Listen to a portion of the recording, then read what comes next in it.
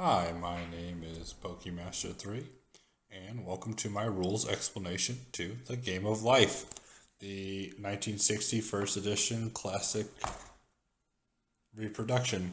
This version we actually got from Barnes & Noble, but I know they definitely sell them in a lot of other places. Definitely my favorite version of the Game of Life, so I'm very excited to explain the rules to you guys today. The Game of Life is a 2 to 6 player spin and move game where players will choose a career, go through crazy life adventures, have kids, get married, pay taxes, essentially live everything that a adult and child experiences throughout their life. So, if you want to hop on in, take this joyride and see where life takes us, come on, join me. In your copy of the Game of Life, the 1960s classic reproduction, you should have a number board that lists 1 through 10. You should have a board with buildings already installed and hills. You should have a number spinner that pops in and out. You should have 7 different bill types ranging from 500 all the way up to 100,000. You should have 1 red promissory note. You should have 4 different insurance / stock sleeves. 3 of them are insurance, 1 of them is stock. Pink or blue pegs. 8 different color cars. And a stack of Share the Wealth red cards. In order to start the Game of Life, you must first choose a banker. If you'd like, you can decide by spinning the wheel, and whoever has the lowest spin is the banker. The banker is the one who collects and pays all money. So all money is handled through the banker. He gives out cars and pegs. Blue pegs for male players and baby boys, pink pegs for female players and baby girls. With 5 or more people, it is recommended that 1 player act as the banker and not play the game. The Share the Wealth cards are then shuffled, and 1 is dealt to each player, and the rest are placed face down in a pile. The number board is placed alongside the game board. At the start of the game, you'll have each player spin the wheel, and whoever gets the highest number will go first. In this version, we're just going to mimic a 2-player game. Then, after you decide who goes first, the banker gives each player, including himself, a pink or blue peg, and in it with 4 $500 bills. First player then places his car in the start here and decides whether or not he wants to buy auto insurance. Then they'll spin the wheel. Your spin then determines the number of spaces you move. If your space is occupied, you must move your car forward to the next space. Notice there are 4 kinds of colored spaces: white, green, red, and blue, designated by the color of the print appearing on the black highway. For example, white print on black are called white spaces, and red on black, red spaces, etc. White spaces. Reward or penalty takes place when you land in the white space. Just do as the text says. Green spaces. You must land in the green space in order to take revenge on an opponent. Red spaces. The reward or penalty takes place whether or not you land in or pass red spaces. One exception to this is near the college, the bachelor's degree. If you have already had a higher salary as a doctor or a lawyer, you can continue on with the higher salary at the end of the game. Blue spaces. When you land in or pass a blue option, you may choose to take advantage of the opportunity there or just let it go. Watch for these opportunities. You can only buy 1 stock certificate and 1 of each kind of insurance policy. Payday. At the start of the game, before you spin the wheel, decide if you wish to take the shorter route to business at a salary of $5,000 or whether you wish to take the college route, the first turn to the right, and follow the longer way around. If you take the 2 college route, your salary will be designated on a white space when you land on. Doctor, $20,000, teacher, $8,000, etc. This profession would be yours throughout the game. Each time you land in or pass a red payday space, you will always collect the specified amount of your chosen profession. If, however, you do not land on one of the 5 profession spaces, you will automatically choose the bachelor's degree, printed in red, salary of $6,000 on each payday.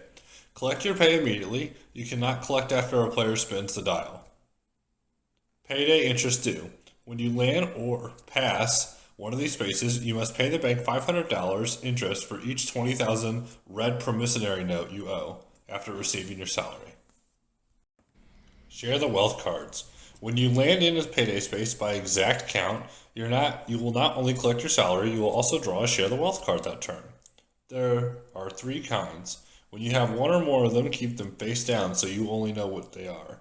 Use these cards when you choose. Use them wisely. Collect card. This card may be given to an opponent when he lands in a white space and collects $10 or more thousand dollars. Upon presentation of the card, the opponent must give you one half the amount he collects from the bank in that space. He then places this card at the bottom of the pile. Pay card. This card may be given to an opponent when you land in a white pay space demanding $5,000 or more dollars. Opponent is thus then forced to pay you half the amount you pay to the bank that turn. Card is then put at the bottom of the pile. Exemption cards. This card entitles you to ignore either a collect or pay card when an opponent gives you one. Show this card to an opponent and return it with his share the wealth card to the bottom of the pile. Note: only one card may be given to an opponent in a turn. If two or more players wish to give an opponent a card, they spin the wheel. Player with the highest number then gives the opponent their card. A card may not be given to a player landing in a lucky day space or one playing the market. And this prevents players from being a little too savage to each other and ruining one's good spin. You must stop by the church in the getting married, add spouse, wife, or husband, collect present space. In this turn, you will add a spouse, a pink or blue peg to your car, collect presents, you spin the wheel again. The amount you collect from each opponent depends on the number spun. For a 1, 2, or 3, you collect $1,000 from each opponent. For a 4, 5, or 6, you collect $500. And 7, 8, 9, 10, you collect nothing. And then congrats, you get to celebrate your honeymoon, so you spin the wheel one more time and advance that number of spaces. Add a baby boy or girl. When you land in a space, add a baby boy or girl peg to your car. If you get more than 4 children, just crowd them in as you do in real life. Each time you add a child, you collect $500 from each opponent. If you add twins, collect $1,000 from each. Revenge. Landing in a green space entitles you to one of these two choices: collecting $100,000 from any player you choose, or sending any player back 10 spaces. If you do want to take $100,000 from the player, but the player does not have enough money, they will have to do the choice of going back 10 spaces, and you cannot change your mind after you choose a player to take revenge on. You are also not allowed to take revenge on someone in Millionaire Acres. Moving back. When you are sent back, you count the spaces along the shortest route. In going backwards, you pay no attention to rewards or penalties as you pass over them or the ones you land in. If the space is occupied, you move back to the first open one. Penalties and rewards take place whenever you start to move forward again, no matter, unless it's getting married. Whenever you are sent back, if you are sent back to the start space, whenever you start to move forward again, you must choose the 2 business route. Toll bridge. The first player to completely cross the toll bridge collects $20,000 from each player who crosses after them. However, should this player find themselves in the poor farm or have to go back over the bridge through revenge, then his privilege of collecting tolls goes to the second player to cross the bridge. On the wheel. Here's your chance to place side bets. The numbers and colors on the board match those on the wheel. You place the amount you want to bet, one or more numbers on the board. When it is your opponent's turn to spin. If you pick the right number, the number spun, the banker pays you 10 times the amount you placed on that number. You cannot place more than $20,000, and you cannot have more than 2 numbers covered on the board. If more than one player puts money in the same number, each should tell the banker how much he has placed there. After paying off the winners, if there are any, the banker puts all the money placed on the board into the bank. The spinning player cannot bet except on lucky days. Lucky days. When you land in a lucky day space, you collect $10,000. The banker gives you 2 $5,000 bills. You may keep this money or speculate in that turn. To speculate, place each $5,000 bill in a different number, 2 numbers. Then you spin the wheel. If it stops on either of the numbers, the banker gives you $150,000. After paying off your winnings, if any, the banker puts the money placed on the board into the bank. When you speculate, no other player may bet in that spin. Play the market. When you land in or pass one of these blue spaces, you may, if you own stock, wish to play the market in that turn. To do this, you must place your stock certificate the long way over the numbers 4, 5, and 6 on the board. Then spin the wheel. For numbers 1, 2, and 3, the market is down. You pay the bank $25,000. For 4, 5, and 6, the market remains stable, no gain or loss. 7, 8, 9, and 10, the market is up and you collect $50,000 from the bank. The stock certificate remains your property and you are still a stockholder. When you play the market, no other player may bet on the wheel. Borrowing from the bank. You may borrow from the bank any amount you need in units of $20,000 to meet your obligations. There are 2 exceptions. You may not borrow for side bets on the wheel. You may not borrow the $100,000 or any part of it if someone takes revenge on you. For every $20,000 that you borrow, the banker will also give you a red promissory note.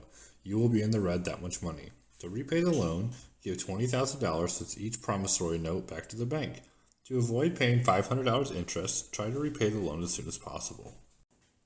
The reason you might want to pay those notes as soon as possible is because you'll have to pay interest around the board at every payday interest due space, and also at the end of the game, any unpaid notes at the Day of Reckoning space will cost $5,000 more. Day of Reckoning. You must stop in the Day of Reckoning space. At this time, you receive $20,000 for each child, pay up any promissory notes at the rate of $25,000. In this turn, you also have to make a decision. You must now choose to go to Millionaire Acres if you think you have enough money to win the game, or become a millionaire tycoon. To go to Millionaire Acres, spin again, and move that many spaces towards Millionaire Acres. Million Acres. You don't need an exact spin to reach Million Acres. If you're the first person to reach Million Acres, you gain the following: $100,000 bonus, and you collect the lucky number fees. You spin the wheel, and this number becomes your lucky number. From now until the end of the game, every time an opponent spins this number, you collect $10,000 from him. Place your card on the number to show that this is yours. This number may still be used for side bets on the wheel. Any player reaching Millionaire Acres may make side bets on the wheel, collect bridge souls if this is his privilege, and use the Share the Wealth card, collection and exemption card. An opponent may also give him a pay card if he chooses. Now, let's say you've been playing the game for a while, and you look at your money and you look at your opponent's money, and you realize there is just no chance you're going to have at winning. So, you have one more option, one more shot. That's called becoming a millionaire tycoon. In order to become a millionaire tycoon, you must place all of your money and your auto insurance, if you're broke, on the one number on the board space. Then you will spin the wheel. If your number comes up, you become a millionaire tycoon, aka the winner of the game. Everyone else loses, and the game is over. But if your number does not come up, the banker takes all your money and you go to the poor farm where you sit out the rest of the game. Winning the game. If there is no tycoon, the game ends when the last player reaches the poor farm or Millionaire Acres. Everyone counts his money. A stock certificate is worth $50,000, and a life insurance policy has a cash value of $3,000. The player with the most money wins the game. Thank you everybody for watching my rules explanation on the Game of Life 1960 First Edition Classic Reproduction. Please let me know if you found any errors with this video. Just send me a comment or a message, and I'd be happy to check. Also, let me know what what your favorite version of Life is. I know there's plenty out there. This is personally mine, but I'd be very interested to hear what versions of Life you guys like. So please comment below and let me know. Another thing is if you guys like this tutorial, please let me know other board games you recommend me doing a tutorial on, and I will try my best. Thank you guys again so much for watching this video. I hope you have a great day, and I'm going to end this video with a nice compilation of all the times I spun that spinner. Don't forget as well to subscribe to my channel, PokeMaster3, and watch my other videos. Thanks guys, have a good day.